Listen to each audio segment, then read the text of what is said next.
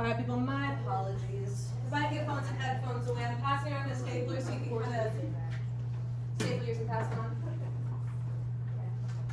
I know that was a weird timing for a break, but hopefully it was good for you. Take your phones and headphones away.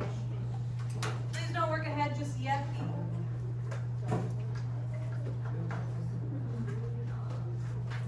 Hello, still standing up here, still the star of the show. Okay, keep that other packet. What I accidentally gave you was the more advanced questions, so the questions that are more challenging. So we can still go over those, but the one that I handed you, that again, the stapler's coming around, you can staple it. This is the one we're looking at now. So that first scenario should be familiar to you, right? Give me some nods, people. I know you're tired, but you did just get it. Okay, cool. So let's review. First thing we did was consult this. That's the very first thing you're going to do when you're looking at these. You figure out which one. It might be multiple. If it is, just start from the left and move over this way. But in this case, we knew it was damages. It wasn't arson, so we knew it was probably malicious mischief. We went to the index. We started with malicious mischief 1. Decided that first one didn't count because the price wasn't right. Then we went with malicious mischief 2. That was our answer here. Please also write the RCW number next to it.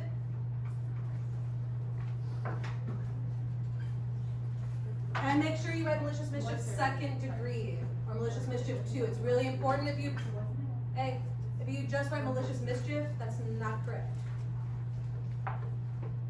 It is on page 139, I believe, if that's what you're looking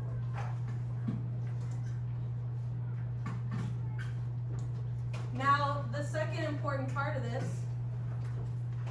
is that the same charge for the driver. Is the driver being charged the same thing, malicious mischief 2? Let's go back in our book and look. So I think it said it was 139. Is that my correct memory? Yeah. Let's look back in 39, 130.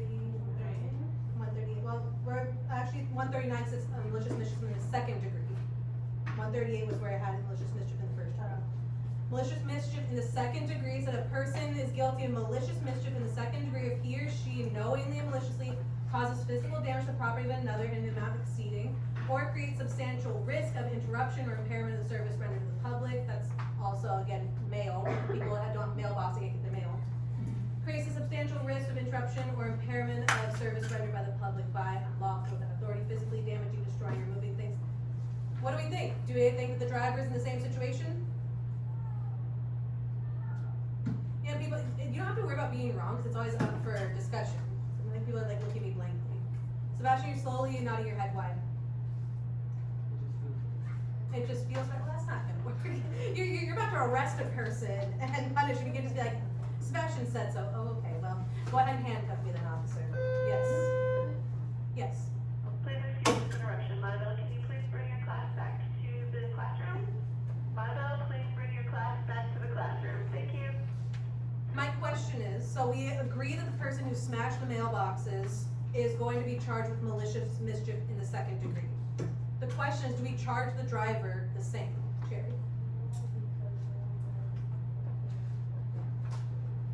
I don't know if that's. So I think go ahead and speak confidently, because I mean, that's, yes, when we actually look at what's going on, the person in the passenger seat, they are the ones actually taking the bat and destroying the mailboxes. So the person driving them is completely innocent. He's charged the same because they are the one driving the vehicle, which is then going around and damaging the mailboxes.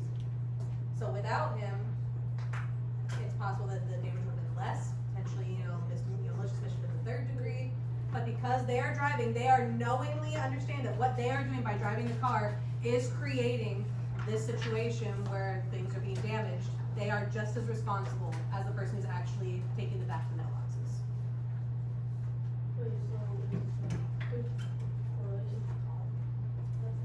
What do you mean? No, because again, we're acting like the person driving is just driving. They aren't aware of what's going on. They are driving up close enough to mailboxes, so the person next to them, which they can see right there in the passenger seat, is smashing mailboxes. So it's the same, again, if I'm sitting there and I am you know, you kidnap somebody and throw them in the backseat of my car and I go drive you guys to an abandoned warehouse, I am a part of the crime, even if I'm not the person who physically snatched them. Yes. Sorry, can you say it aloud? An accomplice, yes, but in this case, no, because they are literally driving the car that is going around destroying things. So they are truly equal in the eyes of the law in terms of what's happening.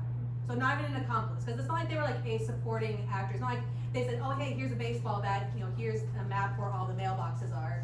No, they were literally driving them while they were actively destroying the mailboxes. So again, please put on there, you know, malicious mischief in the second degree, RCW 9A.48.080, both the driver and the person in the passenger seat. Again, I know this is really clunky. The best way to understand RCW is just to dig in. We're gonna do one more together. Then I do require you to work with at least a partner. This is not something that can be done alone because you really have to work together, but stay with me for one more. Are there any questions about this scenario before we move on? I think some of us are a little bit hung up on the driver situation, but yes. I'm so sorry. Yeah, I got like people screaming out there a lot louder for me. I just had a question about like that, like a certain like law, like something that's broken commonly because there's Mexico and something like how come like the straight charges are so low, like sentence wise? I do not have enough time, even in 1 year, to go into details of that. If you are interested in such things, I am more than happy to give you a copy of this book. We do a book club during the year, depending on what your area of interest is. So those of you who are interested in, you know, incarceration, we also have Supreme Court, Ted Bundy. But this book is really about in Missoula, Montana, several rapes that were happening on a college campus. First of all, it's important to understand the whole idea of a woman consenting, or a person, anybody consenting, but particularly women consenting, it is a pretty newish idea, right? I mean, again, domestic violence is something that, I mean, that's relatively new. We're talking like mid to late 70s that a woman could call the cops and say, hey, my husband is beating me. Before then, they'd say that sounds like a family issue, right? A woman was property in that case. So, first of all, laws are slow to catch up. Also, when it comes to situations, you know, we talk about hearsay a lot, right? If a woman is going to the police and saying, I have been raped by this person, there's a lot of investigation that happens, and sometimes there's some hearsay, right? Because you could say, okay, we've done a rape kit, it is clear that the person's semen is inside of you, however, you were at a party drinking and you consented when you were drinking. Okay, well, I was roofied. Well, again, unless we can do a toxicology report and prove that, then in that case, yes. But at the same time, how do we know that that person was the one who put the roofie in you? Also, again, there's a lot going on there. And again, we also have to deal with people's internal bias. So that's already complicated enough. But if you're a person who is like, oh, well, she always was dressing kind of slutty and she did sleep around a lot anyways. Yeah, it's horrible, but I mean, like, again, as we're sitting here trying to go by the book, if you already have that idea in your mind, you're not digging very deep. So again, if you're interested in anything about that, I have several copies of this book. It is very underread. I am more than happy to hand that off. Otherwise, we could be completely derailed. But yes, it's very, very tricky because again, even in here we have words like knowingly, right? Intent. Sometimes it's hard to prove intent, as we saw with Donna Osborne, right? It's about who you believe. Okay, again, sorry to gloss over that. I am not glossing over because it's not insanely important, but for the sake of this, we're gonna move on. Okay, second scenario, right? I wanna make sure we're on the same page, that we have the same scenario. A tenant from the Garden Grove apartment observes a suspicious person. Is that what you guys have? Okay, just making sure. I don't want you guys to let me talk forever. Okay, a tenant from the Garden Grove apartment observes a suspicious person break the driver's window of a red Honda Accord. The window will cost $250 to replace.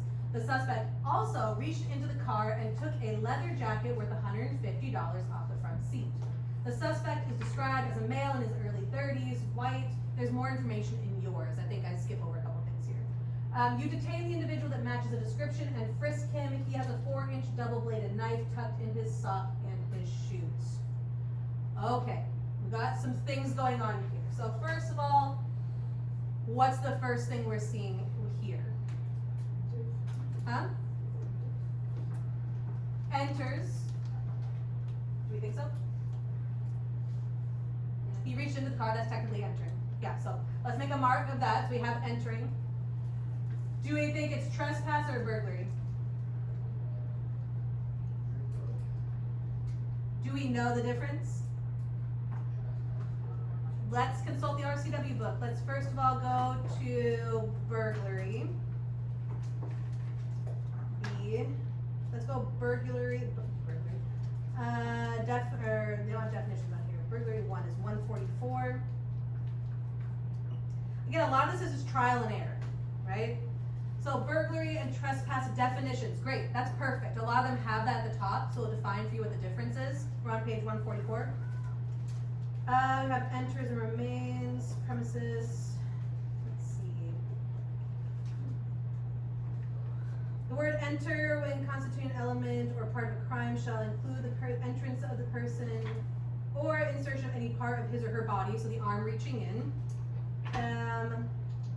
Or any instrument or weapon held in his or her hand and used to pretend or to be used to threaten or intimidate a person or to detach or remove property.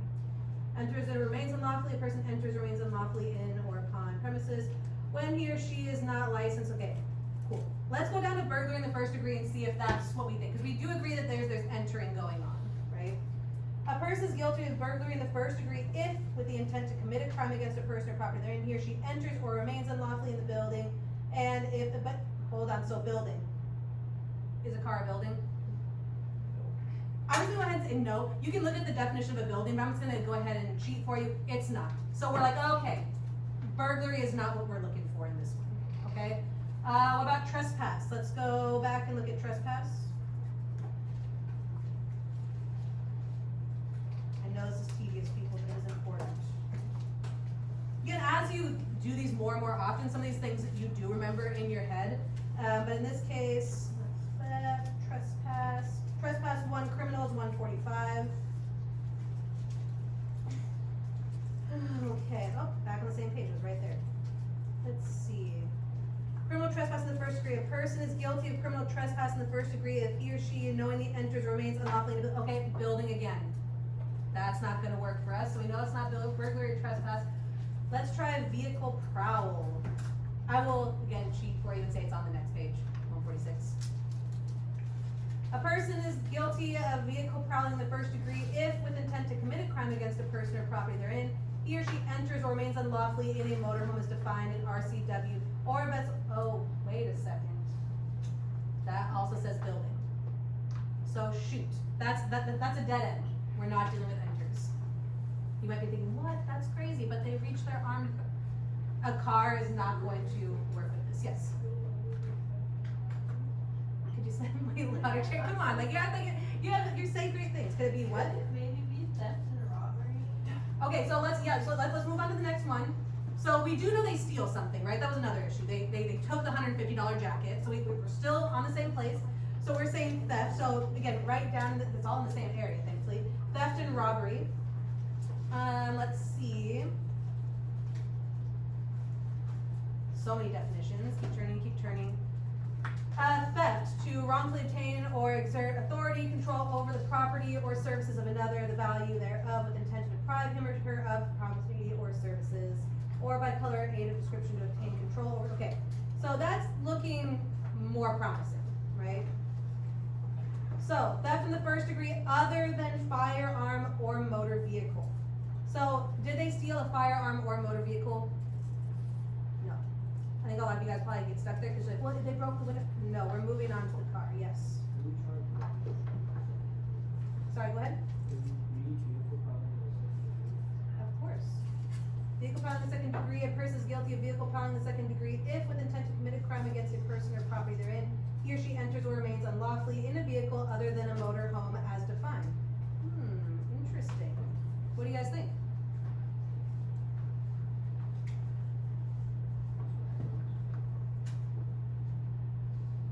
Do Do we think Sebastian's right?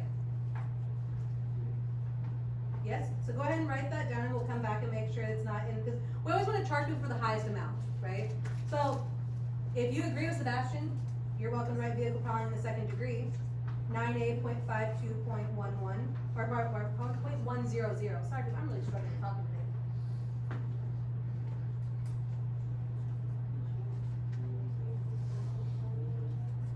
Vehicle prowling in the first degree. Vehicle prowling in the second degree, a person is guilty of vehicle prowling in the second degree if with intent to commit a crime against a person or property therein, he or she enters or remains unlawfully in a vehicle other than a motorhome, as defined by RCW. I also kind of like reading correctly, but would it just only be used if the person, like a person was still in the car while they were moving? Where in here does it say anything like that? A person is guilty of vehicle prowling in the second degree if with intent to commit a crime against a person or property therein. So person or property. Their property would be the jacket. Yep. Again, these are written so weird. I mean, not weird, but they have to be this specific because there's always a person that's like, well, but like I didn't check it. So and that's why they have to define entering as even using an arm or something that could be considered like an arm. Like, so like you can't be on the outside of a vehicle and use like, you know, like those little grabber things and like go through like a crack window and use a grabber and be like, well, I didn't enter the car. They're like, ugh, back to the drawing board, like, or anything that's like an arm. Like that's literally how laws work. People sit down like, okay, no one's gonna be that dumb. And there's always someone, they're like, okay, you also can't. That's why there's literally laws that are like, and you can't pretend to have a gun. So even if I come in, I'm like, I have one on the ground, and I have like a little cardboard gun, I can't be like, it wasn't a real gun. They're like, son of a, or anything, like they have to, that's why these books just get bigger and bigger and bigger. I thought that was a great catch, Sebastian. See, in that case, that's an example of giving up too soon, right? Right? A lot of you are just like, oh, yeah, Mrs. Moore says move on. No. This is why we work as a party, you gotta call each other out. So, do most of us agree on that one? Again, fight back if you would like to. I'm all for it. What was the next one? We were going with theft. What page was that?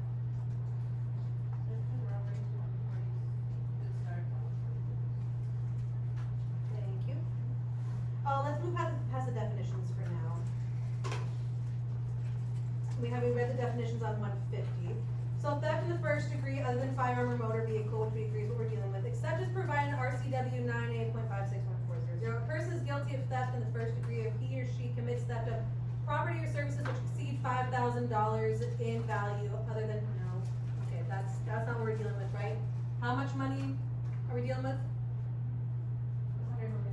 $150. I know a lot of you are thinking about the window. We'll deal with that later, okay? We're worried about he entered in with his arm. Now we're worried about the leather jacket, which is $150. So theft in the second degree, is that one gonna be it? How much money is being dealt with in theft in the second degree? $5,000 exceed $5,000. That was first degree. Second degree, say aloud, people, be confident. $750, is it more than $750? No, that's in the third degree, how much is it? Does not, you guys are all like, you guys have the answers right here. Does not exceed $750 in value. So, what do we think? Theft in the third degree, 9A.56.050.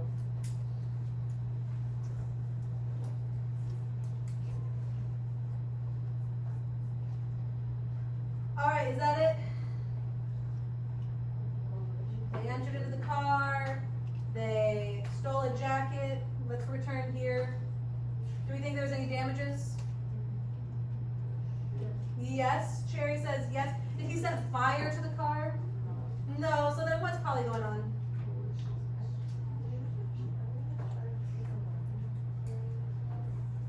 Who gets that? Again, there's a lot going on here. This guy, I mean, you might be thinking, oh, he's just some guy going. No, this guy's got a lot going on. But we're just kind of working our way to the right. So malicious mischief, what page is that on? If you don't have your book and flipping through the appendix, come on, help me out here. What page is malicious mischief on? 138.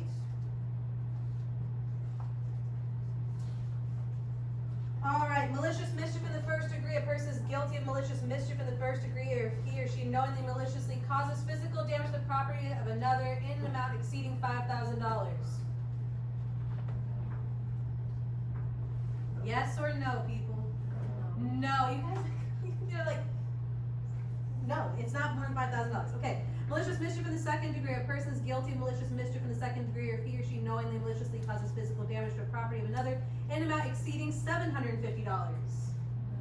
No. Malicious mischief in the third degree. A person is guilty of malicious mischief in the third degree, if he or she knowingly maliciously causes physical damage to the property of another under circumstances not accounted for malicious mischief in the first degree or second degree. So that's our default one, right? So malicious mischief in the third degree, 98.48.090. So just in the, so wait, when they pick him up, right? There's more information on here.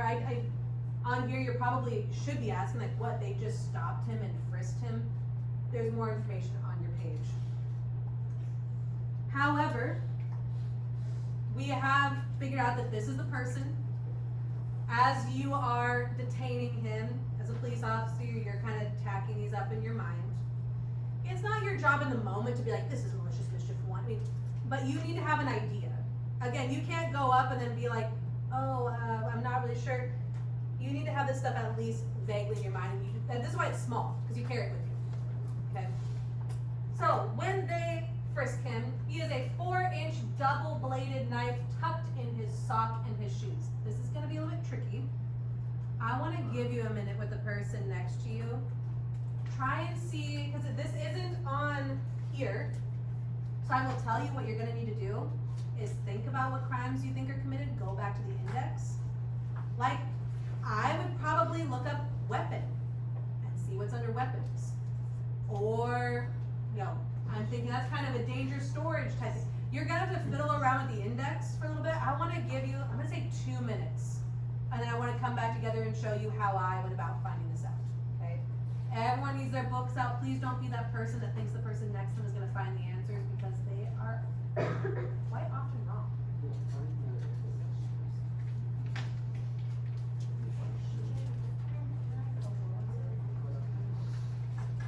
I'm going to see if I can find it first.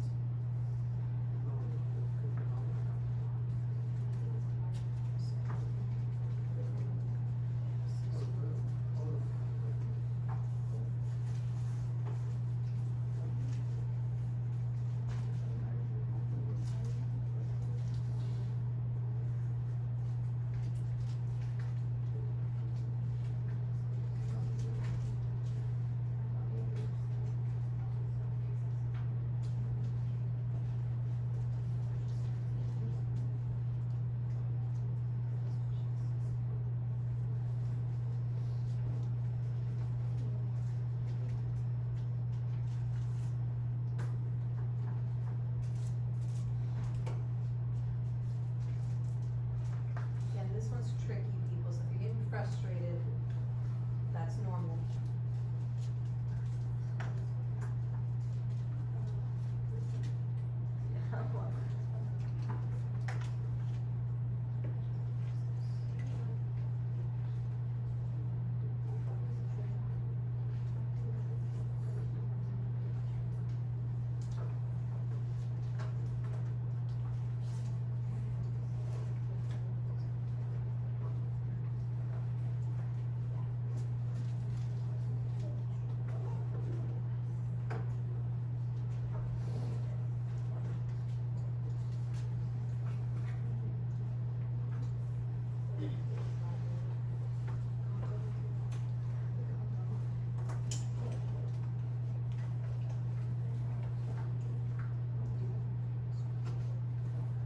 Is anyone getting anywhere?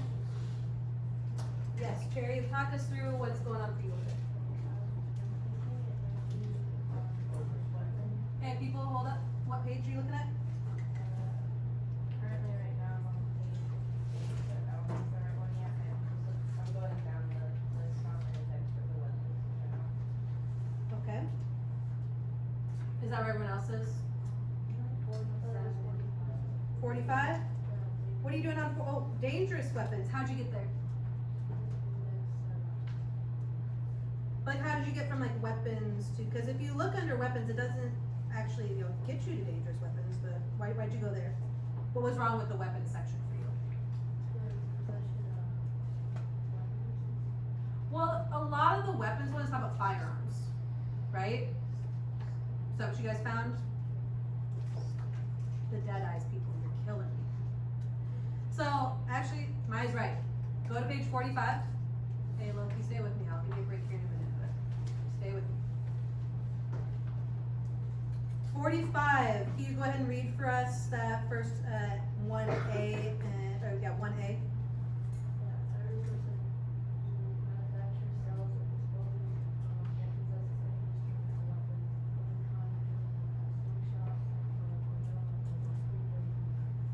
Okay. Mhm.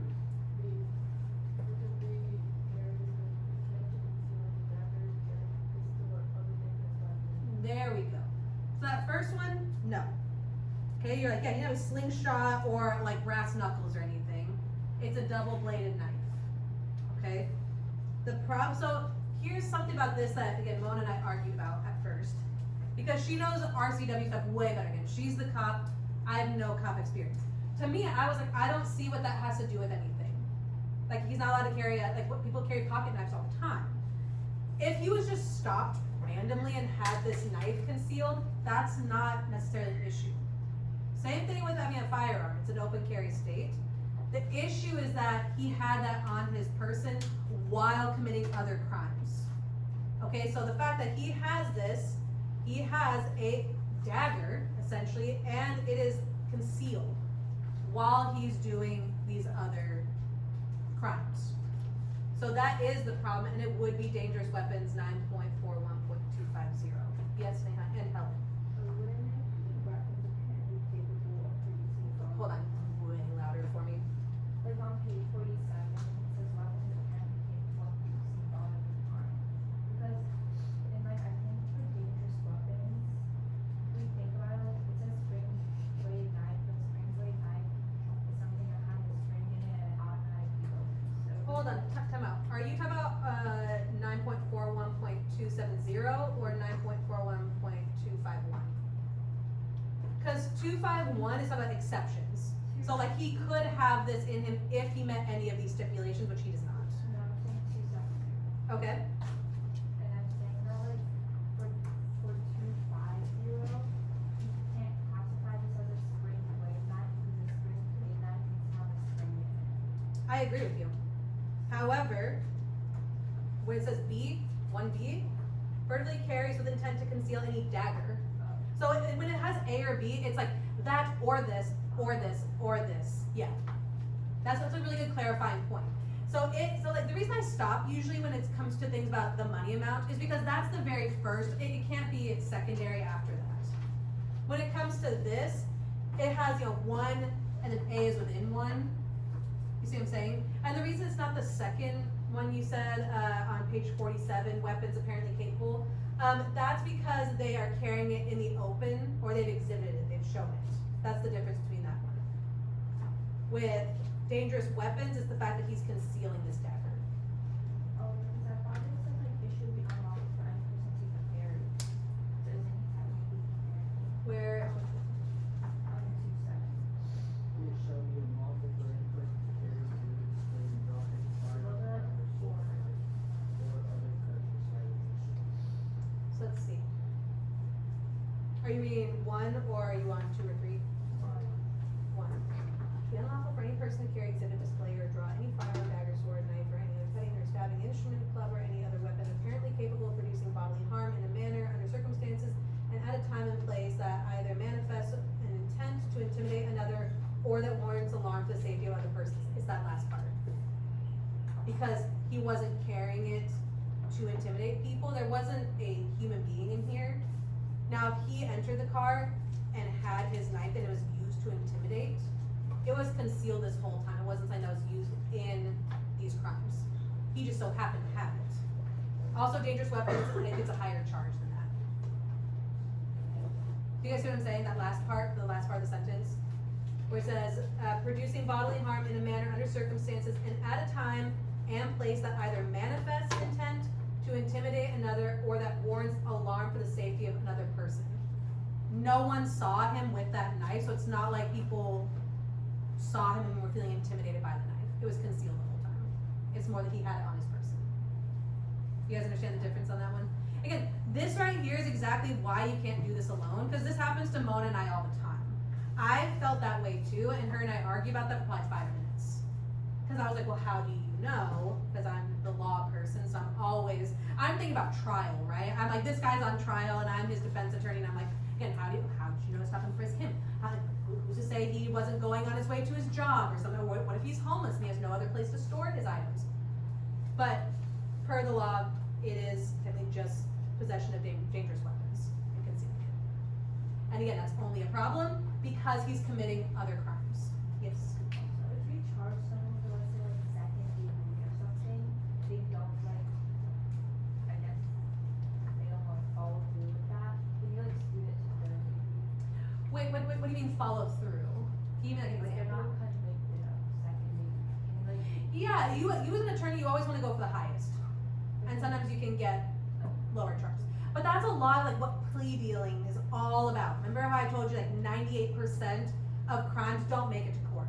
I mean, think about all the work you guys did in for a mock trial, and you didn't have to do any of the pre-trial, the investigation, nothing, right? That was a lot of work.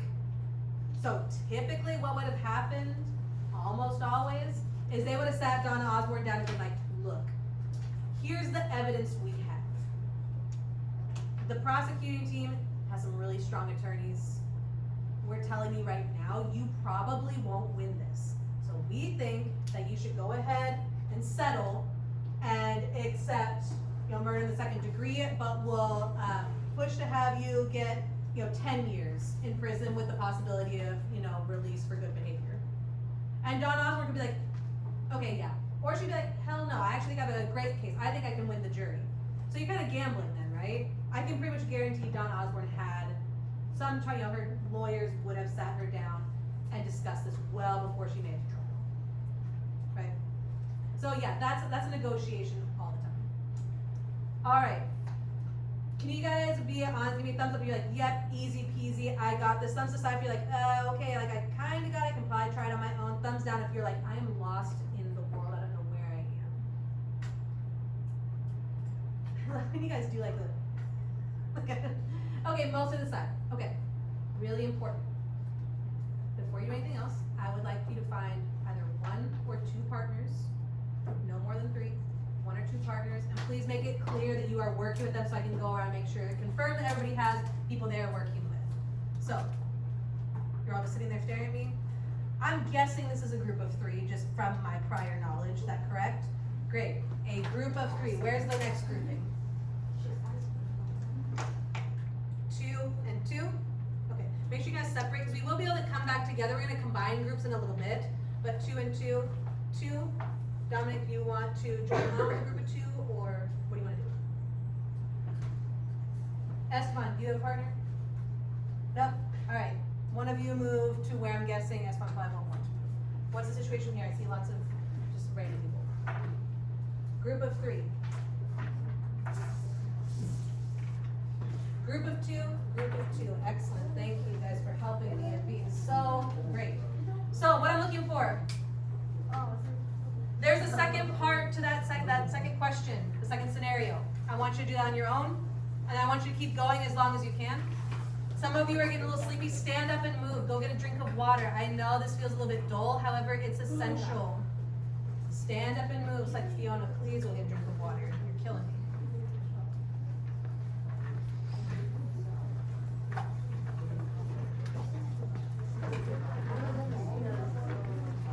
Look it up. Hey people, a couple of things I'm already seeing. First of all, what I see and I don't like is one person with the book, the other person writing down. No, no, no. You need to both be interacting with this because you can't trust that other person knows what they're talking about. Everybody needs to have that book in their hands. Second of all, I just got asked, is a motorhome? And I said, stop right there, look it up. Under definitions, they have the definition of a motorhome. Okay? So So, please make sure you're both engaged. Definitions are all in here. Please don't Google on your phone because again, this is just for Washington. That's just this year. If you Google it, you're gonna get old information. Okay? So, please work together. I'll be around to guide, but I mostly want you to struggle a little bit.